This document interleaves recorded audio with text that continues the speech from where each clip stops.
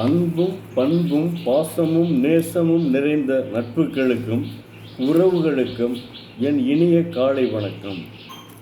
இன்று ஒரு குறள். அதிகாரம் 27, அதிகாரம் 17.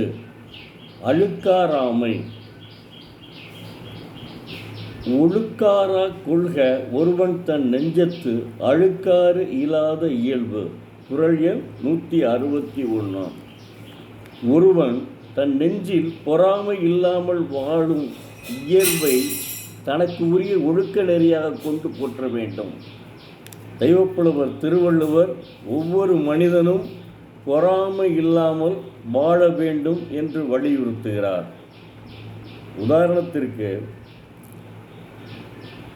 இரண்டு உறவினர்கள் படித்து வருகிறார்கள். அவன் அப்பா ஒருவனை மிகவும் நல்லபடியாக படிக்க வைத்து அவனும் படித்து அவன் பெரிய மாவட்ட ஆட்சித்தலைவர் ஆகிறான். இவன் பையன் சரியாக படிக்கவும் மாட்டான், போகவும் மாட்டான், எதையும் செய்ய மாட்டான். அவன் பழகிறதே தீய நண்பர்களோடு. அப்படி இருக்கும்போது அவன் சின்ன வேலைக்கு போயிருக்கிறான். இவன் கலெக்டர் ஆகிவிட்டான்.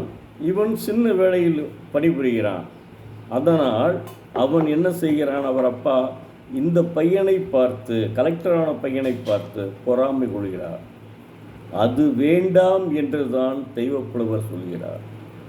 ஒவ்வொரு வீட்டிலும் நடக்கக்கூடிய ஒரு சம்பவத்தை குறிப்பிட்டுத்தான் அவர் பேசுகிறார். தெய்வப்புலவரினுடைய குறள் நம் வாழ்நாளில் நடக்கக்கூடிய குறள். எனவே தயவு செய்து தெய்வப்புலவர் வழியில் வாழுங்கள், பொறாமைப்படாதீர்கள். அவன் கடின உழைப்பினால் உயர்ந்தவன்.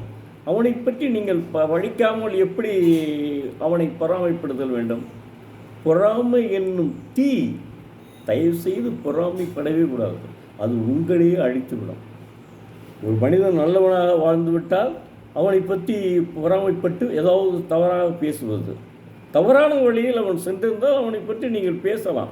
ஆனால் உண்மையான வழியில், நேர் வழியில் செல்கிறான். அவனை எப்படி பொறாமைப்பட வேண்டும்? தயவு செய்து பொறாமைப்படாதீர்கள். அதைத்தான் தெய்வப்புலவர் குறிப்பிடுகிறார். நன்றி. மீண்டும் நாளை பார்ப்போம்.